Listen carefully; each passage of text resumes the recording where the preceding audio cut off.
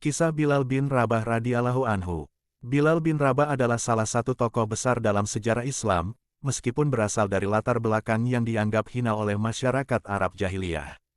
Ia lahir di Mekah dari keluarga budak yang berasal dari Habasyah, sekarang Ethiopia.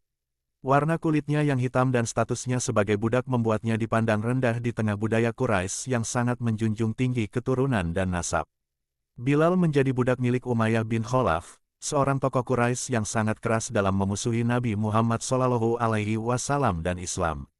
Ketika cahaya Islam mulai tersebar secara sembunyi-sembunyi di kota Mekah melalui dakwah Nabi Muhammad SAW, Bilal menjadi salah satu dari segelintir orang pertama yang menerima kebenaran tersebut.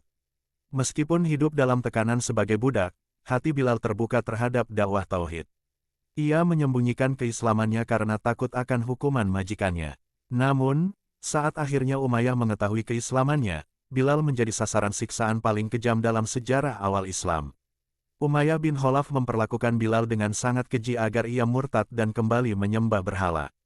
Bilal dijemur di padang pasir Mekah yang sangat panas, tubuhnya ditindih dengan batu besar, punggungnya dicambuk, dan ia diseret di atas pasir panas. Namun, dari mulut Bilal tidak pernah keluar satu pun kata kekufuran. Sebaliknya, yang terus ia ucapkan hanyalah, Ahad, Ahad, yang berarti, Allah yang Maha Esa. Ucapan ini menggambarkan pengesahan yang teguh dan perlawanan terhadap segala bentuk kemusyrikan. Peristiwa ini menjadi momen penting dalam sejarah Islam. Ketika banyak orang takut mengakui keimanan mereka karena tekanan sosial dan ancaman, Bilal, yang tidak memiliki kedudukan atau perlindungan, berani menantang penguasa Quraisy dengan satu kalimat tauhid.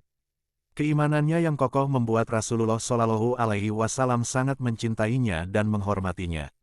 Melihat penderitaan Bilal, Abu Bakar As-Siddiq radhiyallahu anhu, sahabat terdekat Nabi, membelinya dari Umayyah dengan harga yang sangat tinggi, kemudian langsung membebaskannya karena Allah. Inilah titik balik kehidupan Bilal. Dari seorang budak yang hina di mata manusia, ia menjadi orang merdeka yang sangat mulia di sisi Allah dan Rasul-Nya. Sejak saat itu, Bilal menjadi pengikut setia Nabi Muhammad SAW dan selalu berada di sisinya dalam berbagai momen penting. Ketika Nabi Muhammad dan para sahabat hijrah ke Madinah dan membangun masyarakat Islam pertama, mereka mulai menata kehidupan beragama secara sistematis. Salah satunya adalah penetapan azan sebagai panggilan sholat. Nabi SAW menerima wahyu dalam bentuk mimpi yang juga dilihat oleh Abdullah bin Zaid dan para sahabat lain mengenai azan, dan beliau menetapkannya sebagai syiar Islam. Rasulullah memilih Bilal untuk mengumandangkan azan karena suaranya yang indah dan menyentuh hati. Sejak saat itu, Bilal menjadi muazin resmi Nabi. Setiap waktu sholat, suaranya menggema di Madinah, memanggil kaum muslimin untuk sholat. Suaranya bukan hanya sekadar panggilan fisik, tetapi juga panggilan spiritual yang menggetarkan hati. Bahkan dalam peristiwa Fathu Makkah, penaklukan kota Mekah, Rasulullah memerintahkan Bilal untuk naik ke atas Ka'bah dan mengumandangkan azan. Ini adalah simbol keadilan dan kehancuran sistem jahiliyah. Seorang mantan budak yang dulunya diinjak-injak, kini berdiri di tempat paling suci dalam Islam. Bilal tidak hanya mengabdi secara fisik, tetapi juga secara spiritual. Ia sangat mencintai Nabi Muhammad SAW.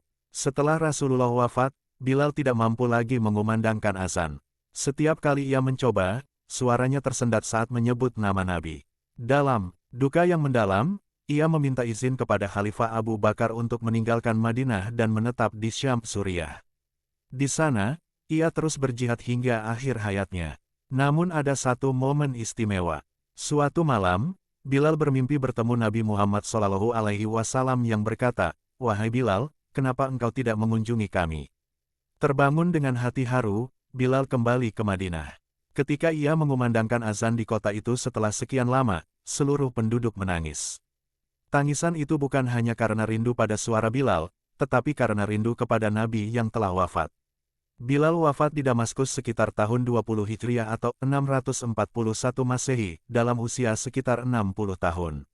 Di akhir hayatnya, ia tersenyum dan berkata kepada istrinya, "Besok aku akan bertemu dengan kekasihku, Muhammad dan para sahabatnya."